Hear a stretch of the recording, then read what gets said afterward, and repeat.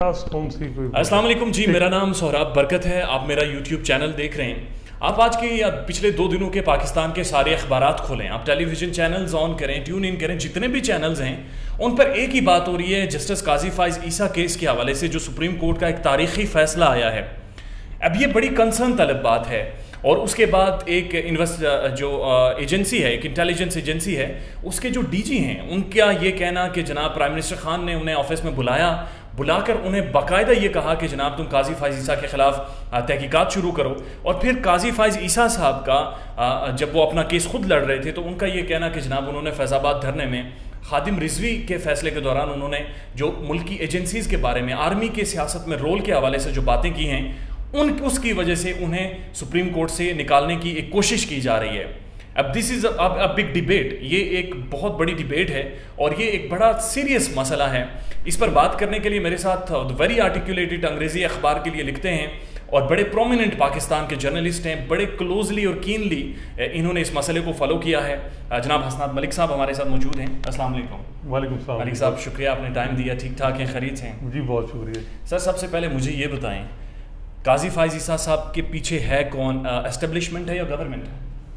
मेरा ख्याल है कि पूरे आप कहें कि ये सिर्फ अगर आप कहें कि एस्टेब्लिशमेंट है तो फिर भी ये नहीं है। गवर्नमेंट इमरान खान को आप रूल आउट कर दें वो भी नहीं, ये कलेक्टिव जो है उनका डिसीजन था। हाँ, गो के जो कंसर्न ज़्यादा थे वो एस्टेब्लिशमेंट के हवाले से थे, लेकिन इसमें आप कहें कि बिल्कुल ही इन्वॉल्वमेंट नहीं थी पीटीआई सिविलियन गवर्नमेंट की या इमरान खान साहब की, तो ये बिल्कुल नहीं। Why is it so?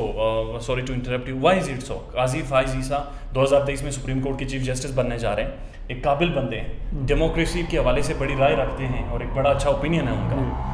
Why is it सो कि एस्टेब्लिशमेंट उनके खिलाफ होगी? देखिए मेरा ख्याल है कि वो सीक्वेंस बहुत से उसके केसेस हैं उनके जिसमें फैसले हैं। फैज़ाबाद धरना तो एक आप कहें कि वो है, उससे पहले कोयटा कमीशन की रिपोर्ट आई, फिर उसके बाद उससे पहले कुछ ANF के केसेस थे जिसमें उन्होंने मिलिट्री ऑफिशियल्स को, सीनियर ऑफिशियल थे, बवर्दी थे, उनको यहाँ जो है काफ़ी डांट डपट की। इसके अलावा और भी उनकी जो चीज़ें जो रिमार्क्स थे और आगे पीछे, तो इसके जो फैज़ाबाद धरना था उसमें उन्होंने पीटीआई गवर्नमेंट को भी क्वेश्चन किया कि जो उन्होंने जो यहाँ धरना 2014 में दिया इस्लामाबाद में, और उसके बाद जब जो रिगिंग कमीशन बना, इंक्वायरी कमीशन, जो चीफ जस्टिस उस वक्त के चीफ जस्टिस नासिर मुल्क की सरबराही में, और उन्होंने उनकी जो एलिगेशन थे रिजेक्ट कर दी, तो उन्होंने कहा जी ये जो इतना धरना उन्होंने किया उस पर कोई माफ़ी नहीं मांगी, ये वो। फिर MQM के हवाले से 12 मई का भी जिक्र किया। तो ये कलेक्टिव चीज़ थी, गो के आप कहें कि मेन तो कंसर्न एस्टेब्लिशमेंट का था उस हवाले से कि एस्टेब्लिशमेंट ने उसके बाद जो जिस किस्म की रिव्यू फाइल हुई है, खासकर क्योंकि इसमें ये भी अटॉर्नी जनरल ऑफिस की तरफ से ये था कि जो पहली ओपिनियन इनिशियल थी वो ये थी कि रिव्यू फाइल करने की ज़रूरत नहीं। अगर आप कोयटा कमीशन की रिपोर्ट मेरा ख्याल है उसको पढ़ें, ये गलत एडवाइस दी गई सिक्योरिटी एस्टेब्लिशमेंट के जो टॉप ब्रास है और सिविलियन गवर्नमेंट, वो उसमें ये कहा गया कि जी जो भी कोई इलीगलिटी में इन्वॉल्व है उसके खिलाफ कार्रवाई करें और ये करें। एबटाबाद कमीशन में जो ऑब्जर्वेशन थी उनकी कोई इस तरह नहीं कि कोई डिटरमिन था कि कोई फलां आदमी के खिलाफ थी या जो वो जनरल ऑब्जर्वेशन थी और एस्टेब्लिशमेंट की इन्वॉल्वमेंट है जी पॉलिटिकल मैटर्स में, पॉलिटिकल मैटर में इंक्वायरी करें, ठीक है, इंक्वायरी करें। आप कहें जी कोई नहीं, इसमें कोई ऐसी बड़ी बात नहीं थी कि जरूरी था कि उस पर जी आप एक जज को जो है फारिग करने जाए।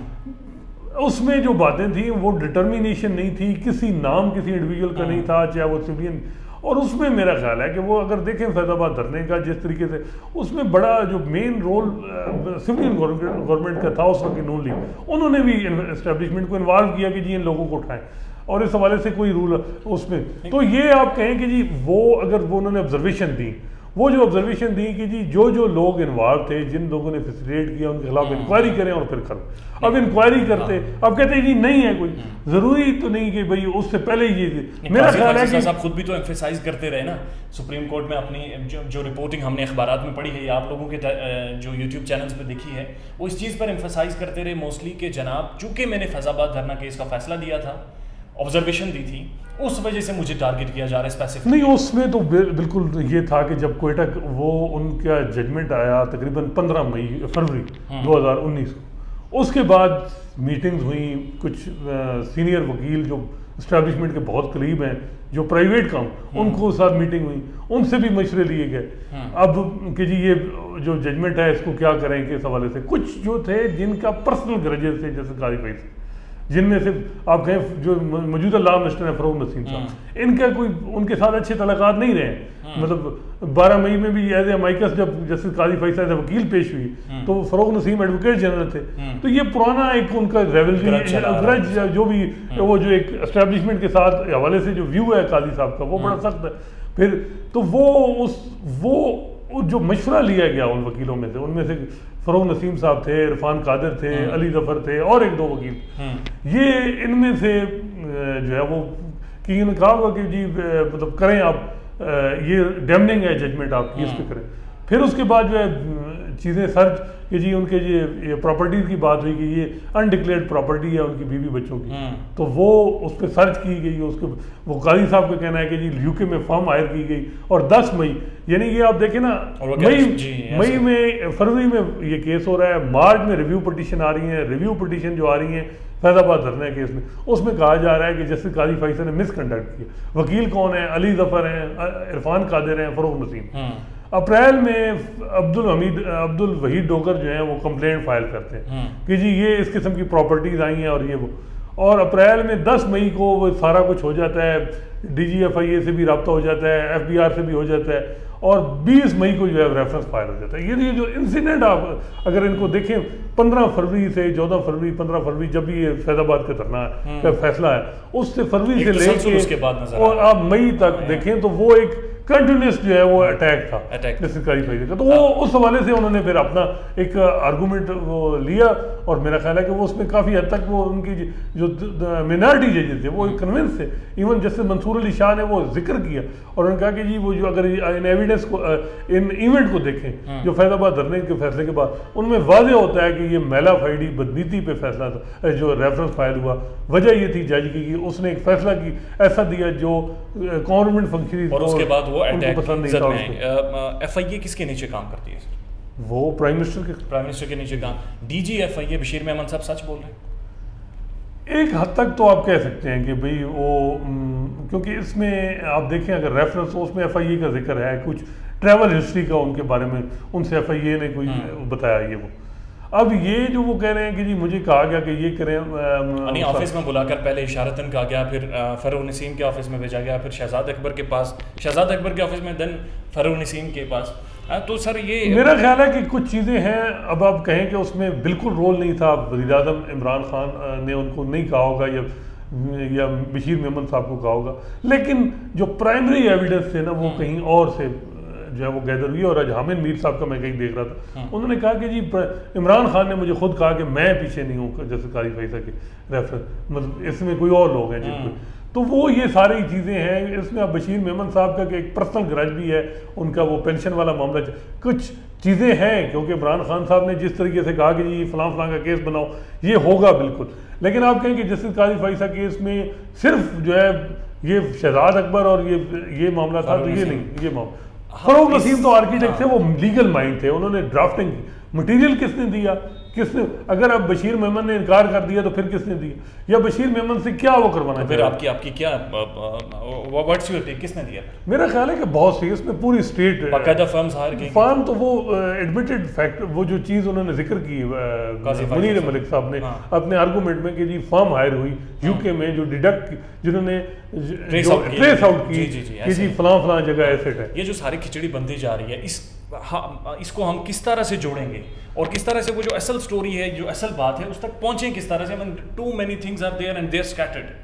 बशीर मेमन साहब की स्टेटमेंट अलग है, फरोग नसीम साहब कुछ और बात कर रहे हैं, शहजाद अकबर साहब, प्राइम मिनिस्टर साहब रात को फरोग नसीम साहब ये कह रहे थे जनाब, उन्होंने फ़ोन करके प्राइम मिनिस्टर से पूछा एंड ही सेड कि नहीं मेरा कोई ताल्लुक नहीं है इससे। देखिए मेरा ख्याल है कि ये चीज़ें जो हैं ये जजेस को भी पता है, ये मामलात हैं, इनमें सारा कुछ, लेकिन अल्टीमेट जो जिम्मेदारी बनती है वो वज़ीर आज़म पे बनती है। वो वज़ीर आज़म जो है चीफ एग्जीक्यूटिव ऑफ पाकिस्तान है। अगर कोई एजेंसी या कोई फर्द या कोई और इन्वॉल्व है तो असल वो ताबे तो प्राइम मिनिस्टर की, प्राइम मिनिस्टर ने अथोराइज की, और प्राइम मिनिस्टर को आप रूल आउट नहीं कर सकते कि उनकी मेन जिम्मेदारी है। और असल उन पे ही आएगा। आगे जो भी होगा, जिन पे भी जिनकी इन्वॉल्वमेंट थी वो होगी कि वही डोगर को किसने अरेंज किया, शहजाद अकबर को क्या किया। शहजाद अकबर जब बहुत ज़्यादा वकला की तरफ से सवाल आए तो उन्होंने अपने आप को डिसोसिएट करने की कोशिश की। फिर जो फ़रोग़ नसीम साहब, तो ये सारी चीज़ें मेरा ख्याल है कि असल जो आखिर में बात आएगी वो वज़ीर-ए-आज़म पे आएगी कि आप चीफ एग्जीक्यूटिव ऑफ पाकिस्तान से, आपके टेन्योर में ये हुआ सारा कुछ। लेकिन बात यह है कि एक चीज़ जो असल में इस आर्गूमेंट में वजन होता, जो असल में वो बात टू बी ऑनेस्ट देखी जाए, वो ये है कि जी सुप्रीम कोर्ट में पहले 7 जजेस ने कहा कि जी उन्होंने कहा कोई मेलाफाइडी नहीं है, इतना एविडेंस कलेक्टिव नहीं है जिसमें हम कहें कि किसी मेलाफाइडी इन इंटेंट है या मेलाफाइडी इन फैक्ट है। नहीं, मेलाफाइडी इन लॉ, उन्होंने कहा मेलाफाइडी इन लॉ है, मेलाफाइडी इन फैक्ट नहीं है। जो 7 जजेस ने 19 फैक्ट्स मौजूद हैं, फैक्ट्स नहीं है। उन्होंने कहा कि उस क्वांटम से नहीं है कि जिसमें हम किसी गवर्नमेंट फंक्शन के खिलाफ कोई ऑर्डर पास करें, जैसे उमर अता बंदयाल है। ठीक है। अब जब सुप्रीम कोर्ट के 7 जजेस ने, फिर 4 जजेस अभी भी अपने फैसले पे कायम है और वो कहते हैं कि बदनीति उस तरह गवर्नमेंट फंक्शन की नहीं है कि हम उनके खिलाफ कार्रवाई करें, तो मेरा ख्याल है वो चीज़ अगर सुप्रीम कोर्ट में कलेक्टिव डिसीजन आए तो वो उसका एक और वजन होता है। जब ये इस तरह का हो कि 4 जजेस जो हैं वो कह रहे हैं कि गवर्नमेंट फंक्शन नहीं, जब प्रॉपर्टीज एडमिटेड है फलां की हैं, वो ट्रेस हाउस, अब काजी साहब को बताना है उन लोगों को छोड़ दें, इनको ये फॉरगेट कीजिए वो किस तरह हुई है, कैसे हुई है, हायर किसने की, वो उनकी नज़र में नहीं है। अब भी आप देखें जो 6-4 का फैसला है, 4 जजेस की ये व्यू है कि जी प्रॉपर्टीज आर एडमिटेड, तो अब ये जो दूसरी चीजें इररिलेवेंट हैं उनमें इतना क्वांटम नहीं है कि हम जाए। तो 6 जजेस अब हैं रिव्यू में नजर, अब इनकी रीजनिंग देखी होगी कि वो क्या रीजनिंग देंगे और किस बुनियाद पे उन्होंने रिव्यू अलाउ किया और क्या वो चीजें देखेंगे, वो अब मेरा ख्याल है थोड़ा वेट। चलें, वो डिटेल्ड फैसला आएगा तो उसके बाद ही पता चलेगा। लेकिन यहाँ से आगे क्या है, यानी फैसला आ गया, उनकी जो नजरसानी के समाते थे मंजूर हो गई, DGFIA के बयानात सामने आ रहे हैं, व्हाट नेक्स्ट? मेरा ख्याल है कि DGFIA का टेलीविजन तक ही रहेगा, इसकी बात भी नहीं, उसके बाद कुछ चीज़ नहीं, मुझे कोई नहीं लग रहा कि एतवार हसन साहब कह रहे हैं कि ये रिहर्सल लग रहा है DGFIA ने जो बातें की हैं। देखें वो बातें तो बिल्कुल DGFIA ने की या जो भी, लेकिन मुझे जो लग रहा है कि जो मौजूदा चीफ जस्टिस हैं या और जो सीनियर पुलिस जज जस्टिस उमर अता बंदयाल या और मेजॉरिटी जब जो टॉप जजेस हैं वो इस व्यू को नहीं कर रहे कि जी जिसमें मेलाफाइडी इन फैक्ट है कि बदनीति उस तरह गवर्नमेंट फंक्शन की, तो वो फिर वजन नहीं होगा उस चीज़ का। ठीक है। मेरा ख्याल है कि अगर ये इसकी ओनरशिप, अगर ये यूनानिमस डिसीजन होता और बदनीति उन इदारों की, उन शख्सियात की जजमेंट में लिखी जाती, फिर कोई और इम्पैक्ट होता। अब यह है कि उसका इम्पैक्ट लीगल हो भी सकता है, लेकिन उस तरह के नहीं है कि आप कहेंगे जी वो जो बात है। और बशीर मेमन साहब जो हमने ये भी देखा है कि वो अमूमन ज़्यादा उनका अटैक प्राइम मिनिस्टर पे होता है पहले भी, और वो भी मामला है। तो अब ये चीज़ प्राइम मिनिस्टर को अब ये नहीं कर सकते कि वो हैं, लेकिन और भी लोगों को अब ये भी नहीं कह सकते कि और लोगों की भी इन्वॉल्वमेंट नहीं। हसन मलिक साहब, मीडिया पर प्रेशर है? बिल्कुल है जी, पहले था इस आप पर कोई प्रेशर पड़ा? देखिए केस में प्रेशर ओवरऑल नहीं, ओवरऑल कोई नहीं। इस हवाले से इस केस में मेरा ख्याल है कि होते रहते हैं प्रेशर, तो आते रहते हैं छोटे मोटे, लेकिन जर्नलिस्ट का काम है कि वो उन प्रेशर में भी अपनी बात कर ले, वो जर्नलिस्ट होते हैं। ठीक है। तो आप क्या समझते हैं कि जिस तरह से बातें हो रही होती हैं कि मीडिया उस तरह से पाकिस्तान में आज़ाद नहीं है, जो टेलीविज़न है या प्रिंट मीडिया है, लेकिन उसके बावजूद हम देख रहे हैं कि आप जैसे जर्नलिस्ट हैं, मतीउल्लाह जान साहब हैं या हामिद मीर साहब हैं, या कोई भी पाकिस्तान के प्रोमिनेंट जर्नलिस्ट उठा दें, उनके अपने शोज़ हों या यूट्यूब हों या सोशल मीडिया हो, आप लोग खुलकर एजेंसीज के खिलाफ, एस्टेब्लिशमेंट के खिलाफ या उनकी हिमायत में बातें करते हैं, तो फिर pressure how you will define? नहीं, मैं तो सीधी बात है, हमारा तो ये है कि कोई एक केस है, फैक्ट्स हैं, मैं तो फैक्ट्स की भी बात करता हूँ, मेरा कोई तज्जिया नहीं होता कि भाई ये चीज़। तज्जिया एक और बात है कि जी वो चीज़ असल चीज़ है कि कोई एक मामला है जिसमें किसी इदारे की इन्वॉल्वमेंट है और उसकी कोई चीज़ आती है, तो उसमें फैक्ट क्या है मेरा तो वो नरेट, बाकी वो चीज़ें हैं वो उस तरह उनका और सीन है। तो बाकी जो मामला है जिस तरह आप कह रहे हैं कि जी ये कंट्रोल है, ये चीज़, ये तो सारा कुछ आपके सामने है। अब ये जो मीडिया है, जो प्रिंट और इलेक्ट्रॉनिक पाकिस्तान में जो सारा कुछ है, ये बड़ा इजी हो गया है कि आप उनके जो CEO हो, जो टाइकून हो, मीडिया टाइकून, उनसे बात कर लें तो मीडिया पर्सन क्या करेगा। इसी तरह जैसा नजम सेठी साहब वो छोड़ के अब जो है अपने यूट्यूब, तो यूट्यूब मेरा ख्याल है कि अभी थोड़ी सी एक आप कहें कि जी उसमें थोड़ा सा रोशनदान एक खुला है कि वहां से आप बात कर सकते हैं यूट्यूब पर उसमें बहुत से उनके फैन भी हैं और बहुत सपोर्टर भी हैं एस्टेब्लिशमेंट के और पीटीआई के भी हैं, नून लीग के भी हैं, उनका एक अपनी अपनी लाइन, वहां जो है हर एक अपनी अपनी मर्जी की बात कर लेता है। लेकिन प्रिंट में और टीवी उस पे टीवी पे वहाँ एक आप कहें कि जी अब वो एक एडिटर या वो जो भी आप कहें वो एक है, वो चीज़ होती है। लेकिन वहाँ पैमरा की भी बात अब आ रही है बार बार कि जी पैमरा जो है कह रही है कि कैबिनेट की मीटिंग की जो भी जो ज़राए से खबरें जो हैं वो डिस्कस नहीं होंगी। तो ये चीज़ें तो हो रही हैं ये, लेकिन ये हर दफ़ा होती हैं। इस दफ़ा ये 2 साल में 3 साल में बहुत हो रही हैं, लेकिन फिर भी लोग जो हैं ज़राए दूसरे निकाल लेते हैं। ज़्यादा दौर में भी हमने देखा कि तंज़ो मज़ाह के ज़रिए भी जो है वो फैक्ट्स निकल आ रहे थे। अच्छा, हसनात मलिक साहब ने अभी अपना यूट्यूब चैनल भी शुरू किया है, हसनात मलिक के नाम से ही, और वहाँ पर ये बड़ी डिटेल में बातें करते हैं और बहुत सारी बातें जो शायद अखबार में या एक्सप्रेस ट्रिब्यून में ये नहीं कर सकते वो इनके यूट्यूब चैनल पर होती हैं, जो आप जाकर देख सकते हैं। Chief justice Lahore high court ने कहा है कि जनाब जो सोशल मीडिया पर बातें हो रही हैं जुडिशरी के ख़िलाफ़, उनके खिलाफ हम कोर्ट ऑफ कंटेम्प्ट की प्रोसीडिंग्स करेंगे। और पीटीए ने बाकायदा यूट्यूब अथॉरिटीज़ को लेटर्स भी लिखे हैं और इस बारे में जो इनके हेडक्वार्टर्स हैं सिंगापुर में, वहाँ पर बात भी की है कि जनाब इस सारे मवाद को फ़िल्टर करें किसी ना किसी तरह से। वाई इज़ इट सो कि पाकिस्तान में कुछ इदारे हैं जिन पर आप खुलकर बतौर जर्नलिस्ट बात नहीं कर सकते? नहीं, देखें वो हमारे मुल्क के आइन में ये चीज़ें और कुछ लॉ में प्रोटेक्शन तो हासिल है उन इदारों को।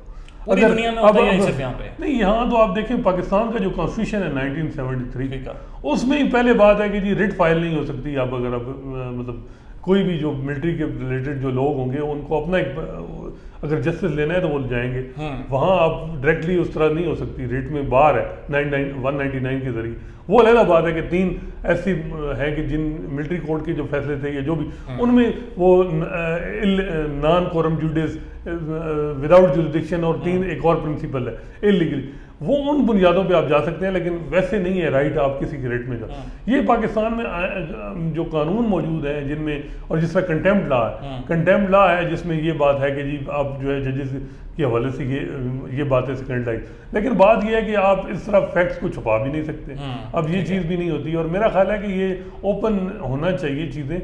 डिसेंट से कोई इज्जत जो आप कहें कि कंटेम्प्ट से कोई इज्जत करवाई, ज़बरदस्ती करवाई नहीं जाती। साकिब निसार साहब ने तीन पार्लियामेंटेरियन को डिस्क्वालीफाई किया और लोगों को भी यहाँ बुलाया, ATA के पर्चे भी करवाए, लेकिन अब उनके साथ क्या ऐसे। और इसमें कुछ अच्छे जजेस को क्रेडिट दें। अब जो मौजूदा मतलब चीफ जस्टिस हैं गुलजार साहब और या जस्टिस उमर अता बंदियाल हैं, मतलब ये लोग हैं जो जिनके हवाले से सख्त बातें भी हो जाती हैं तो वो करते हैं, और लेकिन फैक्चुअल होनी चाहिए, सेकेंडलाइज नहीं होना चाहिए। और जो चीज़ हो वो अपनी तरफ से ये हो कि वो कि ऐसा ना हो कि आप किसी को एजेंडा पकड़ के बैठे हो। जब एजेंडा लेके बैठे हैं, चाहे वो किसी भी इदारे के हवाले से हो चाहे जो भी हो, तो वो एजेंडा जो है वो फिर मसला होता है। मैं तो बीइंग रिपोर्टर ये समझता हूँ कि असल चीज़ है फैक्ट्स बड़े तलख होते हैं। अगर फैक्ट्स आप बयान कर दें, बाकी आप बेशक हसन मलिक साहब क्या एडवाइस करेंगे? आपको कितना अर्सा हो गया रिपोर्टिंग करते हुए? जी मुझे 12 साल हो 12 साल हो गए। So how you will conclude it, like के क्या आपकी एडवाइस है नए रिपोर्टर्स को, या एक रिपोर्टर को आप ऑथेंटिक, या फिर आप कैसे कह सकते हैं yes he is the right reporter for television या फिर अखबारात के लिए जो भी काम कर रहा हो? मेरा ख्याल है कि आप या फिर सिर्फ माइक उठाकर चले जाना रिपोर्ट नहीं, वो चीज़ें बड़ी ज़रूरी। आप कहें कि जी ये बड़ा मुश्किल हो गया है कि आप जिस वक्त आप देखें तो पहले ही एक लोग को पता चल जाता है कि जी ये प्रो एस्टैब्लिशमेंट है, ये एंटी एस्टैब्लिशमेंट है, ये वो। इस हवाले से तो कोशिश ये करनी चाहिए कि अपने जो है ना मुहासबा थोड़ा बहुत अपना करना चाहिए कि अपनी रिपोर्टिंग का 2 हफ्ते 3 हफ्ते बाद कि क्या मैं कहीं कुछ कर तो नहीं रहा हूँ। अब जो 2 चीज़ें हैं, 2 व्यू हैं। एक ये है कि जी जो मुल्क में जमहूरियत के लिए जर्नलिस्ट को सिर्फ ये नहीं है, उनको अपना असर्ट भी करना चाहिए कि ये राय भी कि वहाँ जो है उसको खड़ा होना नहीं चाहिए, वहाँ उन्हें एक्टिविस्ट के तौर पे भी रोल अदा करना। दूसरी राय ये है कि जी सिर्फ अपने फैक्ट्स बयान करने चाहिए कि जी जो भी मामला हो रहा है उसमें जो है आप फैक्चुअल चीज़ें लें। मेरा ख्याल है सबसे बेस्ट जो तरीक़ाकार जो है वो जो मारूफ साफ़ी हैं सोहेल वड़ाई साहब, वो अपने फैक्ट्स भी बयान कर देते हैं, तज़िया भी दे देते हैं, सब कुछ वो बता देते हैं और पता भी नहीं चलता। मेरा ख्याल है कि वो तरीक़ाकार हो तो सबसे बेस्ट है कि फैक्ट्स जो असल चीज़ है कि फैक्ट्स हैं। अगर आप एक चीज़ के बारे में फैक्चुअल जो है चीज़ ऐसी ले आते हैं। अगर जैसे काजी फाइसा के हक में एक ऐसी चीज़ आ जाती है फैक्चुअल, वो उनके लिए बड़ा फायदा होगी, बजाय इसके कि 1 घंटे का तजिया उनके हक में हो। और अगर ये उनके खिलाफ कोई एक ऐसी चीज़ आ जाती है फैक्चुअल, और 1 घंटे का प्रोग्राम उनके हक में कर दें, वो फैक्ट जो है वो बड़ा, तो मेरा ख्याल है फैक्ट्स जो हैं उन पे फोकस ज़्यादा होना। कौन सा टेलीविजन शो आप रोजाना देखते हैं, यानी छोड़ते ही नहीं है, ये तो मस्त देखना ही देखना है? मेरा तो कोई ऐसा सीधी बात है कि हमारा तो अपने ही, क्योंकि इतना टाइम जो है वो रिपोर्टिंग में, फिर उस की सारा दिन, फिर उसके बाद ख़बर बनाई, फिर अपना यूट्यूब पे अब शुरू कर दिया, फिर एक ही उसमें क़य्यूम सिद्दीकी साहब के साथ भी प्रोग्राम होता है, तो बड़ा मुश्किल होता है कि भाई। लेकिन मैं अमूमन ये होता है कि जो रात को 1-2 वो उसका शाहजेब खानज़ादा का जो है शो, उसमें, और कमरान खान साहब का, हालांकि वो फ्लेवर अलग-अलग है, लेकिन पता चलता है कि आज दिन में क्या चीज़ें इंपॉर्टेंट है और क्या होने जा रहा है, और क्या मतलब क्या चीज़ें जो, क्योंकि वो न्यूज़ सेंस जरा के ज़ुमरे में। बाकी हमें अब इतना टाइम हो गया है कि पता होता है कि फ़लाँ आदमी ने क्या बोलना है, फ़लाँ ने क्या बोलना है, क्या बोलना है, इससे तो हट नहीं सकते उनकी लाइन। अब आपको ये किताब रिकमेंड करना चाहेंगे, ज़ाहिर आप काफ़ी अच्छे कीन रीडर भी हैं, तो कौन सी ऐसी किताब है जो आपको लगा कि लाजमन पढ़नी चाहिए एक जर्नलिस्ट को? नहीं, मैं तो क्योंकि कोर्ट रिपोर्टिंग ही कर रहा हूँ शुरू से ही, कोर्ट रिपोर्टिंग ही, तो मैं तो वो एक बुक पढ़ी है और मज़ीद उसको 2-3 दूसरी बार पढ़ रहा हूँ अभी भी। वो D9 है, सुप्रीम कोर्ट के जजेस के हवाले से लिखी है। D9 वो 9 जजेस पे बस बेसिकली, जो सुप्रीम कोर्ट के जो यूके में, यूनाइटेड अमेरिका में 9 जजेस, तो उन पे कि किस तरह वो वर्किंग होती है, क्या होता है, तो वो जो है ना बुक में उसको, कि वो लॉ क्लर्क और क्या उनके रिलेशनशिप, किस तरह जो है बड़े कंट्रोवर्शियल फैसले कैसे आते हैं, क्या चीज़ें, तो वो जो है मैं जो है एक दफ़ा पढ़ी है, दोबारा पढ़ रहा हूँ। ऑलवेज वेरी इंटेलेक्चुअल हसनात मलिक साहब, एक इंतहा एक आजीज़, और आज भी इन्होंने बड़ी एक मसरूफ़ रूटीन्स में से टाइम निकाला। थैंक यू सो मच हसनात मलिक साहब, बेहद शुक्रिया आपका। हाथ नहीं मिलाना चाहिए कोविड की वजह से।